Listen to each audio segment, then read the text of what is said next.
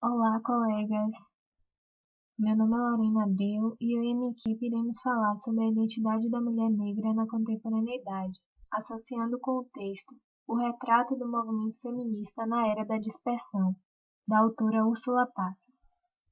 No nosso trabalho, abordaremos como a mídia retrata a mulher negra em suas produções, qual a realidade do mercado de trabalho que tais mulheres encontram, o empoderamento da mulher negra através da internet e sobre a relação que existe entre o movimento negro e o feminista. A abolição da escravidão no Brasil, em 1888, não melhorou significativamente as condições de vida dos negros brasileiros. Atualmente, 127 anos depois, apesar do engajamento de militantes envolvidos nessa questão, ainda existem no Brasil diferenças socioeconômicas entre brancos e negros, as quais são herança do período colonial.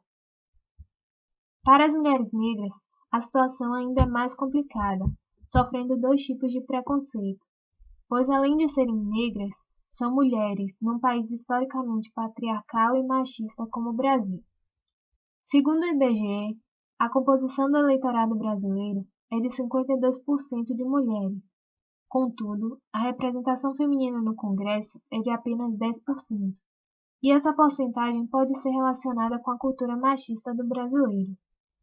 De acordo com um estudo, Retrato das Desigualdades de Gênero e Raça, realizado pela IPEA, a taxa de desemprego entre mulheres brancas é de 9,2%, enquanto que entre as mulheres negras ultrapassa os 12%.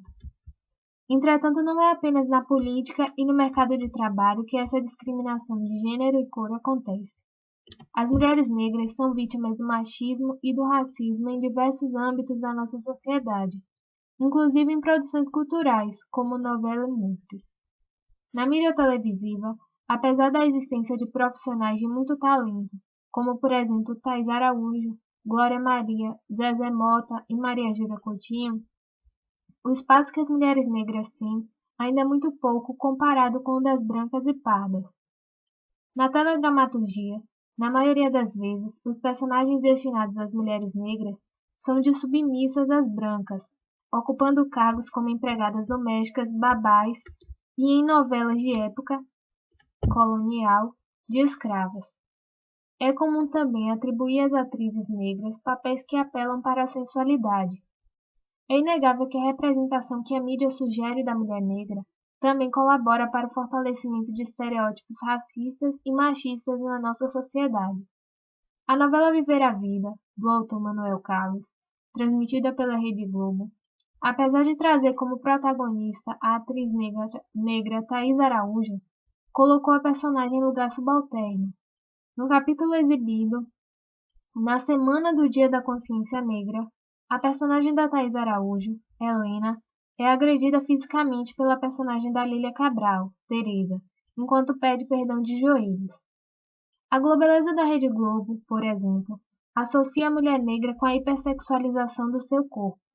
Sobre isso, Jari Arraes, em matéria intitulada Racismo, a gente vê na Globo, publicada no site da revista Fórum, diz que a Rede Globo seleciona somente mulheres negras para que representem a sexualidade do carnaval, que, como sabemos, está relacionada ao sexo considerado promíscuo. Ou seja, ano após ano, a mulher negra é associada a um objeto sexual descartável que representa uma sexualidade compulsiva, sem que possua qualquer valor fora desse papel.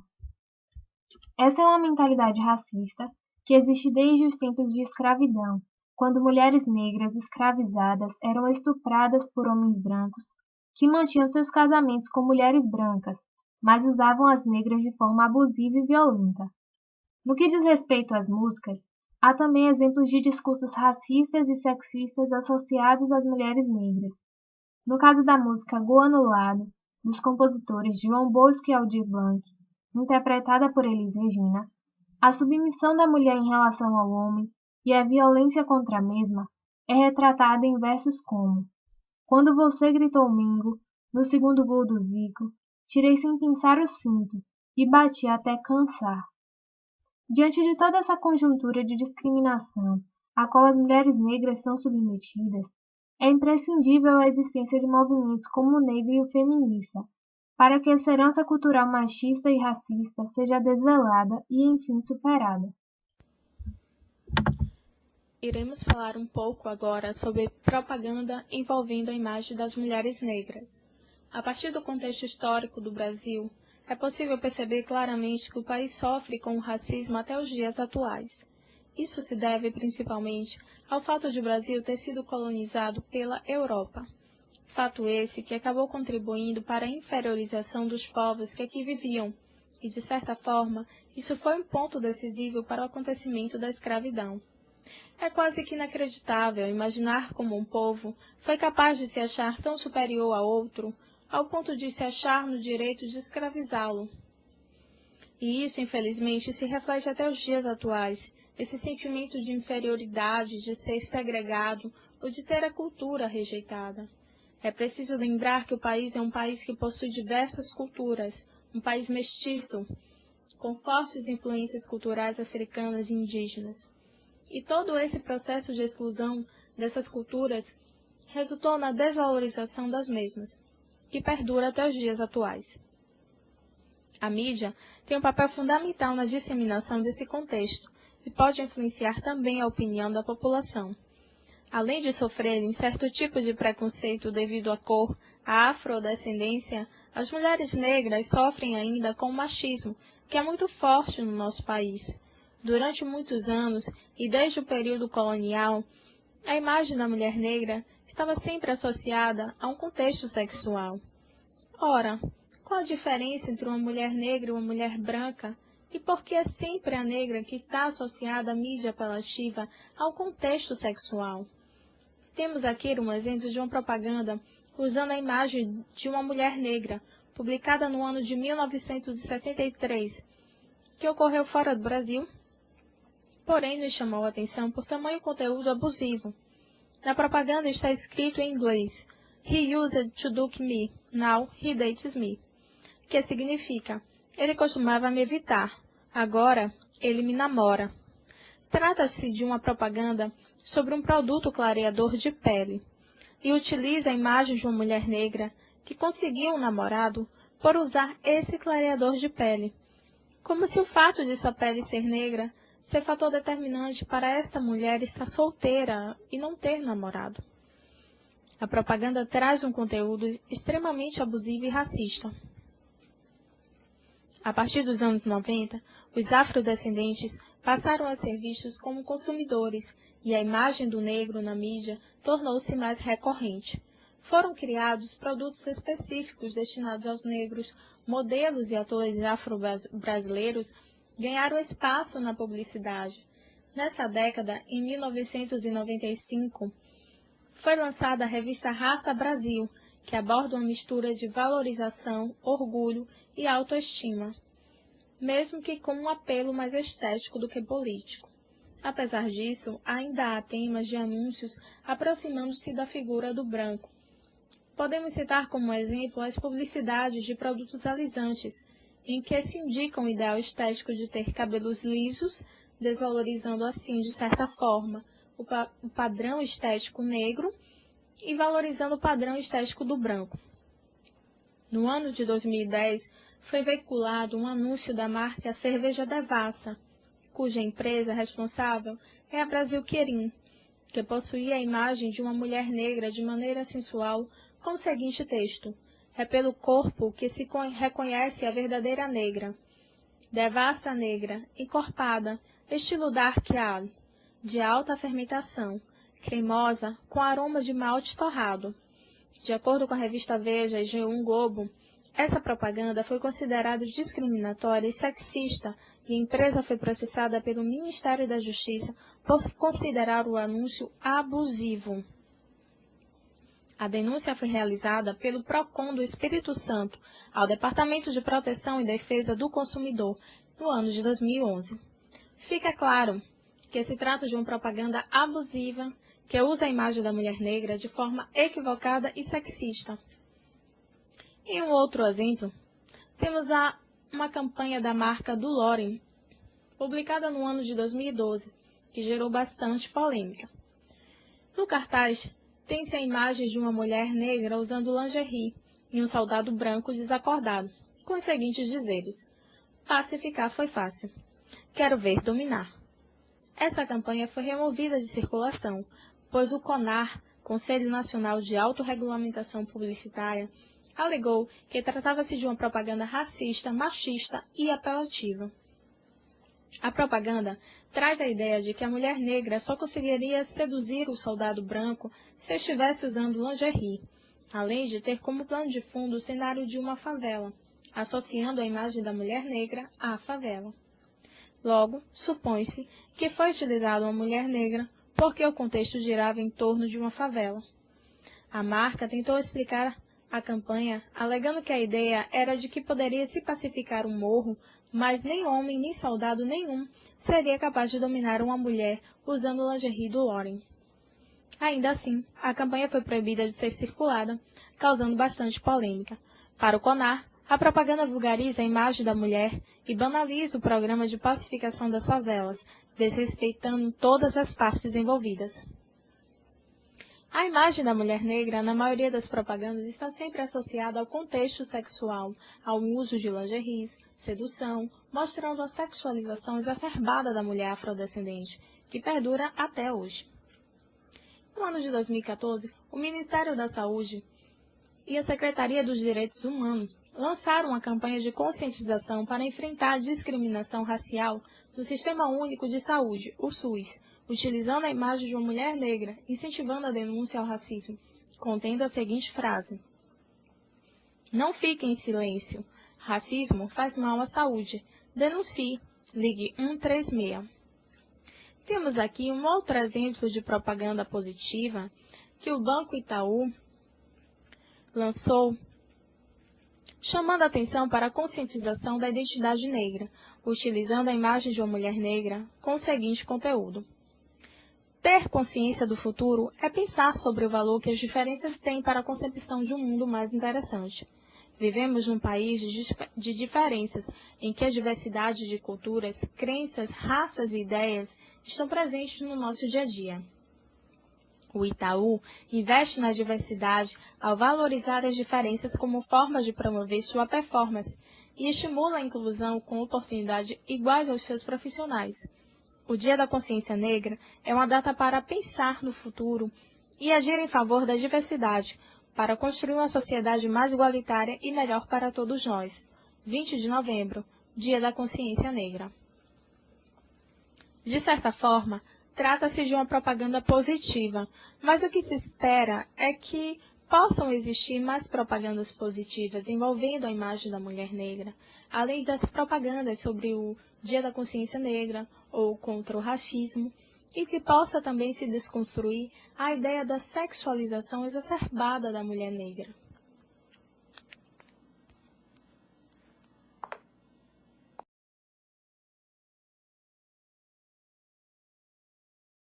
De acordo com a Relação Anual de Informação Social do Ministério do Trabalho, a mulher negra ganha, em média, R$ 790 mensais, enquanto o salário do homem branco chega a ser mais que o dobro.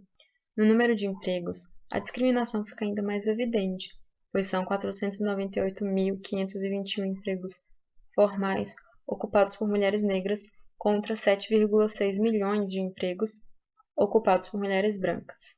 As mulheres afrodescendentes correspondem a mais de 15 milhões de pessoas, ou seja, 18% da população economicamente ativa, e como resultado de uma dupla discriminação, apresentam uma posição de sistemática desvantagem em todos os principais indicadores sociais e de mercado de trabalho. A falta de espaço para essas mulheres na vida política também é um fato que deve ser discutido. A reitora do Instituto Federal de Educação, Ciência e Tecnologia da Bahia, Aurina Oliveira Santana, afirma que a capacidade de ter o poder de decisão da mulher negra na sociedade passa por duas questões. A primeira delas é a formação política. Ela afirma que é preciso que as mulheres marquem presença nos seus partidos para afirmarem seus espaços. A segunda questão é a formação, elevando a escolaridade, que serve de base para que essas mulheres possam se empregar e resgatar sua autoestima. As desigualdades de gênero e raça são eixos estruturantes da matriz da desigualdade social no Brasil, que está na raiz da permanência e reprodução das situações de pobreza e exclusão social. Por isso, enfrentar essas desigualdades significa tratar de uma característica da estrutura da sociedade brasileira, cuja transformação é imprescindível para a superação dos déficits sociais e das mentalidades machista e racista atualmente ainda existentes. Olá pessoal, eu escolhi falar sobre cabelos e empoderamento da mulher negra na internet por dois motivos. O primeiro é o fato de perceber esse fenômeno já há alguns anos, e também porque eu preciso reconhecer a importância da internet nas lutas sociais atualmente. Não apenas pelo seu poder de organização de atos, que ficou óbvio aqui no Brasil em junho de 2013, mas pela capacidade de despertar mesmo as pessoas. A internet é uma ferramenta muito poderosa para espalhar boas ideias, e a gente precisa lembrar disso porque usar a internet muitas vezes é deprimente. Existe muita coisa ruim na internet, propagação de todo tipo de ódio, racismo, homofobia, transfobia, sexismo e a lista continua. Talvez a questão seja que é muito mais fácil disseminar um discurso de ódio, reforçando preconceitos já existentes, do que desconstruir esses preconceitos. Mas é preciso lembrar que ainda assim a internet é palco de muita coisa boa também. Os cabelos são uma questão importante na formação da identidade da mulher negra. Eu disse que já havia notado antes a questão do empoderamento da mulher negra pela internet por causa de uma comunidade no Orkut chamada Cabelos Cacheados, da qual eu fazia parte há uns 7 anos atrás. A minha pré-adolescência foi uma época de chapinha constante, e isso mudou quando eu conheci esse espaço. Eu passei a usar o cabelo cacheado e aprendi muita coisa lá. Basicamente, aprendi a cuidar do meu cabelo lá, e se hoje eu consigo manter ele saudável, apesar das transformações que eu faço, é por causa do que eu aprendi lá. E além do conteúdo sobre o cuidado com os cabelos, havia um tópico específico que era o meu favorito e o mais importante na questão do empoderamento, que era o tópico das fotos. Nesse tópico as meninas postavam suas fotos favoritas de seus cabelos e era uma coisa muito valorizada, muito elogiada. Eu lembro que depois do Facebook eu mantive por muito tempo a minha conta no Orkut só por causa dessa comunidade. Eu cito essa comunidade para mostrar que isso já acontece há anos, mas existem várias páginas e grupos no Facebook dedicados aos cabelos cacheados e crespos, e o movimento de aceitação dos cabelos cacheados é cada vez maior.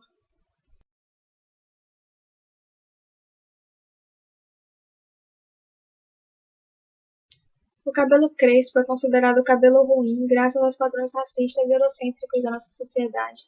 O principal apelo da indústria cosmética para as mulheres negras são as escovas progressivas, os alisamentos e os relaxantes.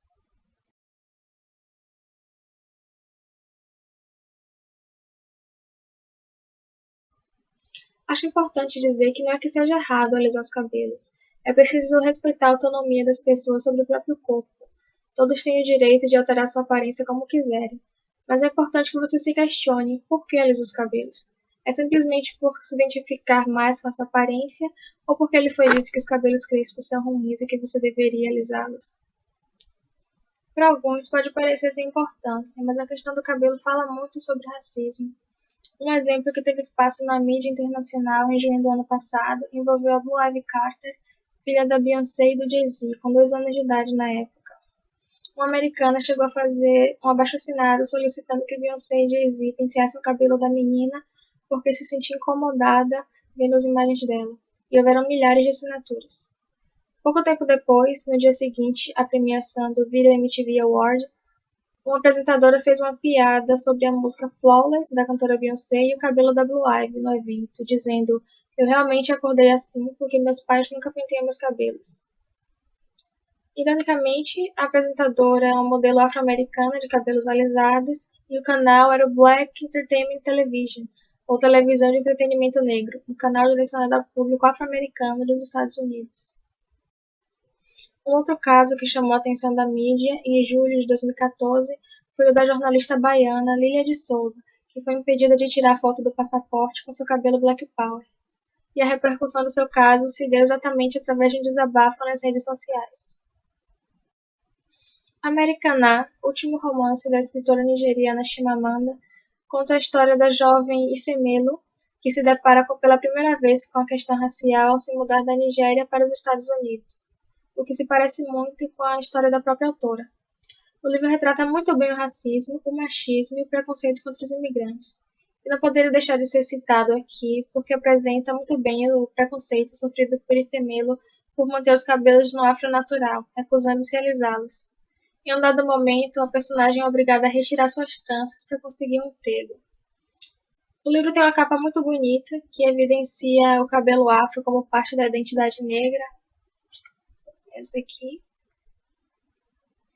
E além da questão dos cabelos, Americanah exemplifica também o empoderamento do negro através da internet, uma vez que a personagem principal se torna uma aclamada blogueira que escreve sobre a vida dos africanos na América.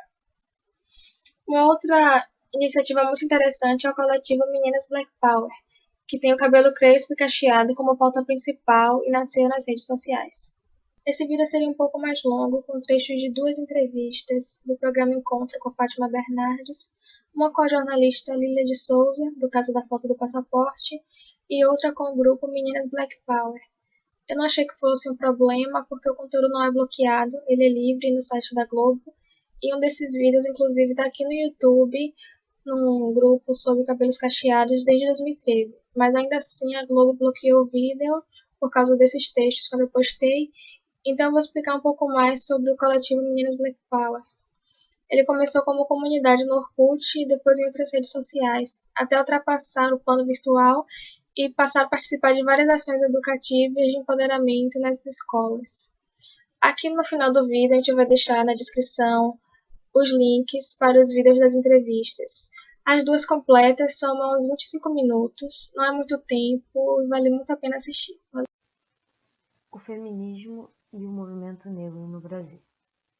No Brasil, o movimento feminista teve origem, como na maior parte do mundo, nas classes médias e brancas.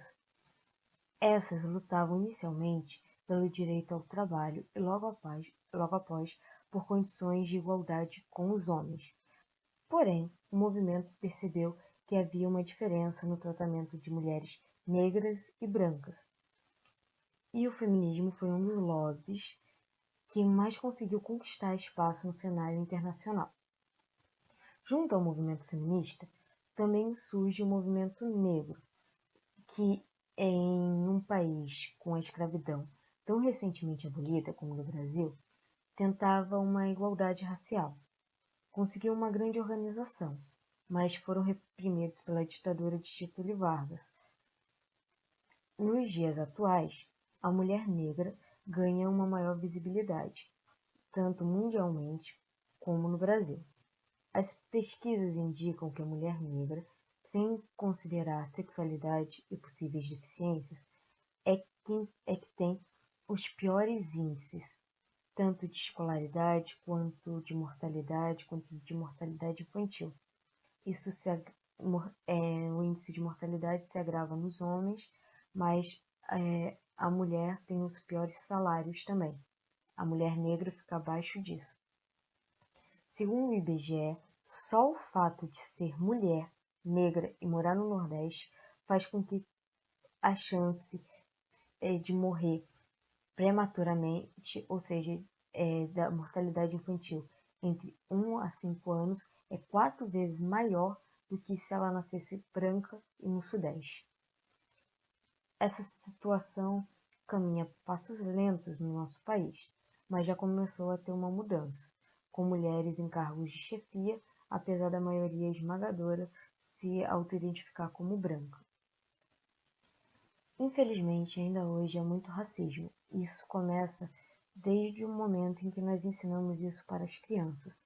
Não necessariamente apenas as crianças brancas aprendem o que é a lógica do racismo, mas também as crianças negras, e que acabam entrando nesse sistema cíclico do racismo, onde elas se consideram inferior simplesmente por causa da cor. Which doll is the black doll? And which one is the white doll? Which doll is the pretty doll? Which doll is the nice doll? Which doll is the bad doll? Which doll is the nice doll? And which doll is the bad doll? And why is that doll pretty? Because she's white and he has 2 eyes. Which doll is the ugly doll? Why is that doll ugly? Because he's black. Which doll looks most like you? Like me? Yeah, which one looks like you? And that one. Okay. That doll. Essa foi uma pesquisa feita em diversos lugares do mundo e que obtiveram vários resultados muito próximos a esse, com pouquíssimas crianças negras que elogiavam a boneca negra e onde a maioria esmagadora atribuía as qualidades ruins à boneca negra e as qualidades boas à boneca branca, mostrando que o racismo já é imposto para a criança para a pessoa desde criança e que isso faz com que quando adulto ela repasse esse discurso. Então é necessário nos conscientizar para que desde criança isso seja modificado, esse pensamento não seja reproduzido, porque as crianças são reflexo pura e simplesmente do discurso do adulto.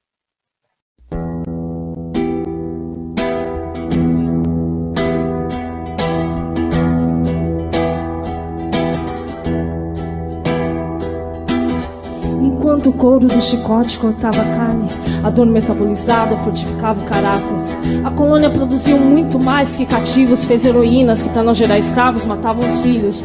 Não fomos vencidas pela anulação social, sobrevivemos à ausência na novela e no comercial. O sistema pode até me transformar em empregada, mas não pode me fazer raciocinar como criada. Enquanto mulheres convencionais lutam contra o machismo, as negras duelam para vencer o machismo, o preconceito e o racismo. Lutam para reverter o processo de aniquilação e encarceram afrodescendentes em cubículos da prisão. Não existe a Lei Maria da Penha que nos proteja da violência, de nos submeter aos cargos de limpeza, de ler no banheiro das faculdades hitleristas. Fora macacos cotistas, pelo processo branqueador na sua beleza padrão, mas na lei dos justos a sua personificação da determinação. Navios negreiros e apelidos dados pelo escravizador falharam na missão de minar o complexo inferior. Não sou a subalterna que o Senhor crê que construiu. Meu lugar não é nos calvários do Brasil.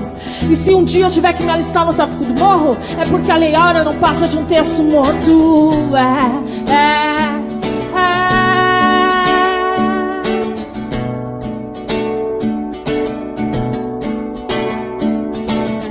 Não precisa se esconder em segurança, eu sei que você está me seguindo pela minha afeição, a minha trança. Eu sei que o seu curso de protetor de nono praia te ensinaram que as negras saem do mercado com produtos embaixo de saia. Não quero um pote de manteiga ou de shampoo, quero frear um maquinário que me dá rodeiuru. Fazer meu povo entender que é inadmissível se contentar com as bolsas estudantis do péssimo ensino. Cansei de ver a minha gente nas estatísticas, as mães solteiras, setentas e diaristas. O aço das novas correntes não aprisiona minha mente, não me compre, não me faz mostrar os dentes. Mulher negra, não se acostume com o termo depreciativo. Não é melhor ter cabelo liso, nariz fino. Nossos traços faciais são como letras de documento que mantém vivo o maior crime de todos os tempos. Fique de pé pelos que no mar foram jogados, pelos corpos que nos pelourinhos foram descarnados. Não deixem que te façam pensar que o nosso papel na pátria é atrair gringo e turista interpretando mulata. Podem pagar menos pelos mesmos serviços, atacar a nossa religião, acusar de feitiços, menosprezar a nossa contribuição para a cultura brasileira. Só não podem arrancar o orgulho da nossa pele negra.